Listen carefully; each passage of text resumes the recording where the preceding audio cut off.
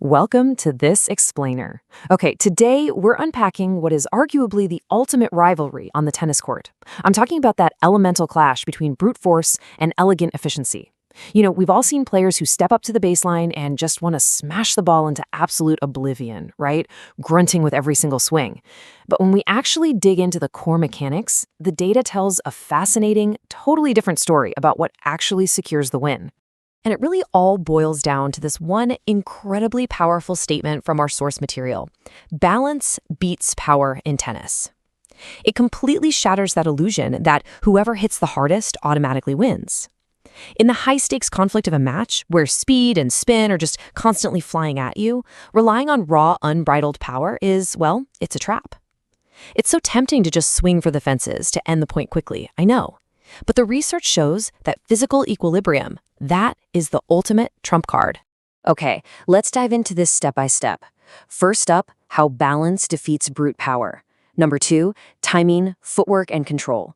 3, consistency under match pressure. 4, smart movement and clean technique. And finally, number 5, winning without wasting energy. All right, part 1. Balance defeats brute power. So we kind of need to reset our foundational understanding of court mechanics here. The myth we're conditioned to believe is that brute power dominates, that swinging harder and hitting heavier is just the universal answer to an opponent's baseline game. But look at the mechanics of this comparison. Swinging out of your shoes completely throws off your center of gravity. It's literally like trying to fire a cannon from a canoe. All that explosive force has nowhere stable to anchor. Balance, on the other hand, gives you that wide, incredibly stable base, allowing you to truly dictate the point. What I found so compelling in the research is that balance ultimately dictates who takes the trophy. It's not the flashy, overpowered forehand destined for a viral highlight reel. It's the quiet, mechanical perfection of remaining stable. But how exactly does a player build and maintain this elusive physical mechanism, especially when they are constantly on the run? Which brings us nicely to part 2, timing, footwork, and control. And this brilliantly illustrates what we can call the holy trinity of consistency. Because the reality is, balance beats power in tennis when your timing, footwork, and control are acting in total unison. The text explicitly links these 3 factors as absolutely mandatory building blocks. You simply cannot have true balance if you're misjudging the ball's trajectory or taking wild, desperate lunges at the baseline. Notice how these form a strict sequential chain. First, you have to establish timing, accurately reading the incoming ball's speed, depth, and spin.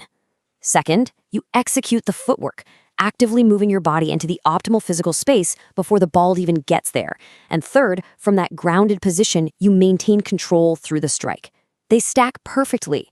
If your timing is off by even a fraction of a second, your footwork is instantly rushed, and your control just evaporates. Together, they construct an absolute fortress of balance. Moving on to part 3, consistency under match pressure. Now, here is the massive, critical caveat from the research. It's easy to look good in practice, sure, but these mechanics must stay consistent under pressure. Having perfect form during a relaxed hitting session is wonderful, but it fundamentally falls apart if those mechanics shatter the exact moment the score gets tight and the stakes are highest. Seriously, think about your own time on the court for a second. What actually happens to your balance when match pressure strikes? When you're serving to stay in the set, do your feet suddenly feel like lead? Do you panic and try to overcompensate by swinging incredibly hard, falling right back into that trap of relying on brute power? Match pressure forces errors because it actively attacks your balance first, making you feel completely rushed and panicked. Let's look at how to execute the right response in part 4. Smart movement, clean technique. To counter all that pressure, the source highlights 2 specific pillars: smart movement and clean technique. And they work as a paired system. Smart movement is your cognitive choice, anticipating the geometry of the court to take the most efficient path to the ball rather than just scrambling at the last second. Clean technique is the physical execution, a fundamentally sound swing that relies on smooth kinetic energy transfer rather than sheer muscular heaving. You absolutely need the tactical mind and the disciplined body working completely in tandem. Let's move to and see how this builds across the life cycle of a single rally. At the start of the point, you utilize smart movement for perfect positioning.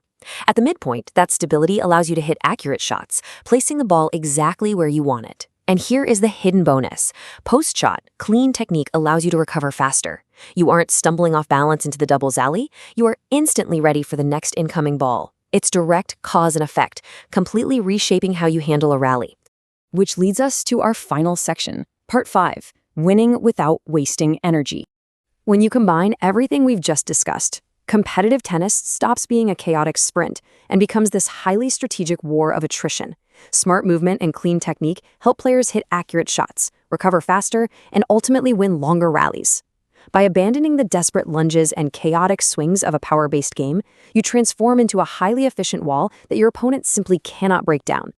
Now, what's really interesting about the slide is the sheer visual disparity in the physical toll.